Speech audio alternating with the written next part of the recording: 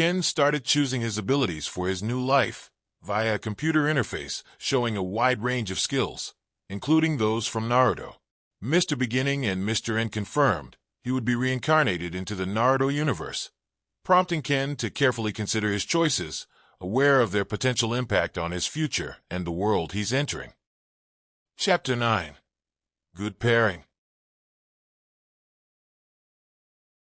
Ken squinted at the screen, data streams blurring together as he reviewed his options.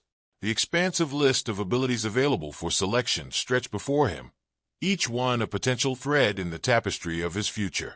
The weight of the decision pressed down upon him, heavier than any scientific conundrum he'd faced in his previous life. Is there a time limit? Ken finally broke the silence, his voice tinged with a mix of curiosity and apprehension. Mr. N's voice carried a hint of impatience as he retorted, "There is no time limit, but we would prefer that you not take excessively long. From this point on, you have roughly 15 human minutes.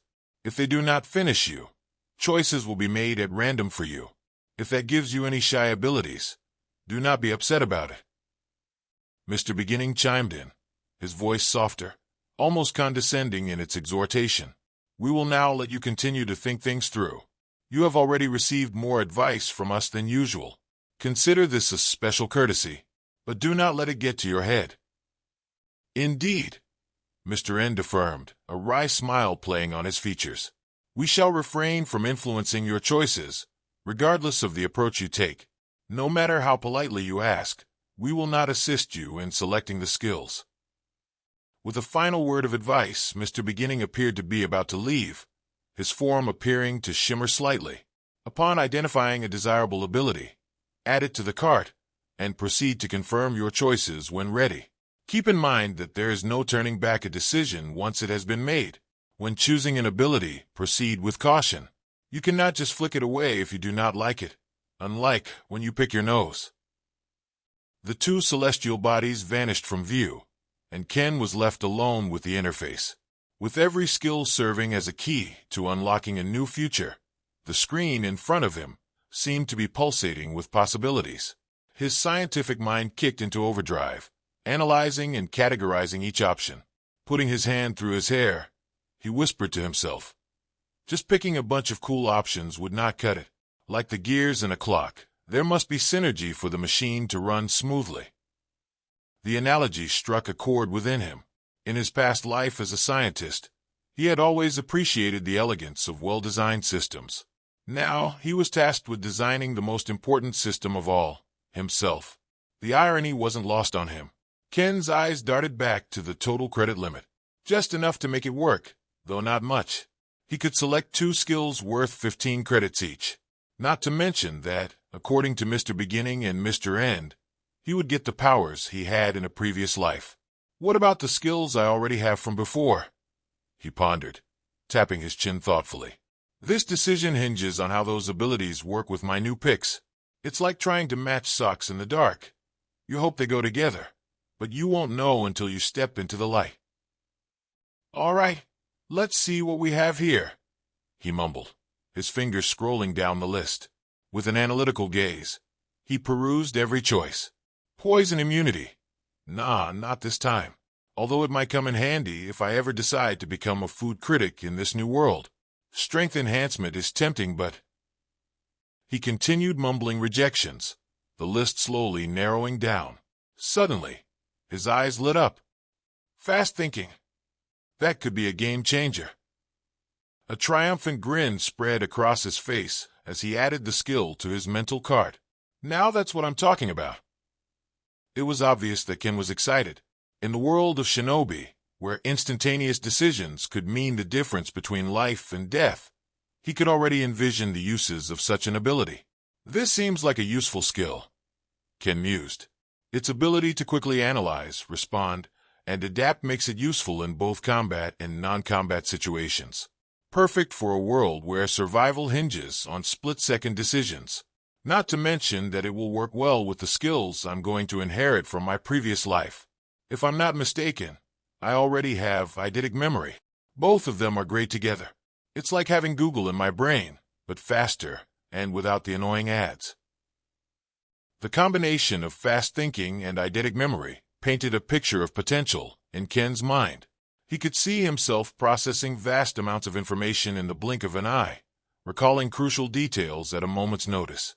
In a world of jutsu and ninja techniques, such mental acuity could be as deadly as any physical weapon, or as useful as remembering where he left his keys. With a triumphant click, he added fast thinking to his digital cart. The possibilities were endless, and the weight of this choice settled on him. This wasn't just picking a new outfit. It was shaping his destiny in an entirely new world. The pressure was on, but a spark of excitement crackled within him. It was game on, and he was ready to play. As the ability was added to his cart, Ken felt a subtle shift in the air around him. It was as if the very fabric of reality was acknowledging his choice, preparing to weave it into the tapestry of his new existence. He continued scrolling down the list after that. Then he saw another talent that was too good to combine with the ones he already possessed and planned to acquire: parallel thinking. The description sent a jolt of excitement through him. Analyzing situations from multiple angles simultaneously, that was a tactical advantage he couldn't ignore. It was like having a roundtable discussion in his head, but without the need for name tags or coffee breaks. Ken's mind raced with the possibilities. In the complex world of shinobi politics and jutsu battles, the ability to see all angles of a situation could be invaluable. It wasn't just about combat. It was about strategy, diplomacy, and survival. And maybe, just maybe, it could help him figure out why his socks always disappeared in the dryer. This skill will work wonders in problem-solving, and it will go hand in hand with eidetic memory and fast thinking. Ken thought to himself, already imagining the synergy between his chosen abilities: eidetic memory, fast thinking, and parallel thinking. He murmured, a smile playing on his lips. Not exactly flashy, but in this world, brains might just trump brawn. Besides, who needs to shoot fireballs when you can outsmart your opponent 6 ways to Sunday? The combined might of both skills alone and his brilliance would give him an edge over others. Being a renowned scientist, he knew of the benefits of using supercomputers to carry out intricate scientific computations. Supermemory, fast thinking, and parallel thinking. It was like having a supercomputer in his mind. With such a great combination of mental abilities, he would be able to mentally run several simulations and concentrate on several things at once. Ken's scientific background came to the forefront as he considered the implications. He could almost see the neural pathways forming, branching out like a complex network. In his mind's eye, he saw himself standing at the center of a web of information, processing multiple streams of data simultaneously. It was like being the spider at the center of a web, except instead of catching flies, he'd be catching ideas. He then thought about what Mr. N said about not getting any systems like in those Wen novels. If he used his abilities correctly, he could even replicate a rudimentary version of the system in his head to perform calculations and simulations, and also perform other simple tasks like setting reminders and much more. It was like creating his own personal assistant, minus the sassy attitude and coffee addiction. The idea of creating his own internal system thrilled Ken. It wasn't about relying on some external power. It was about maximizing his own potential, pushing the boundaries of what was possible with his own mind. It was DIY at its finest, do it yourself, but with superpowers. As Ken contemplated his choices, he felt a sense of anticipation building within him. He wasn't just selecting abilities. He was laying the groundwork for a revolution in how chakra and jutsu could be understood and utilized.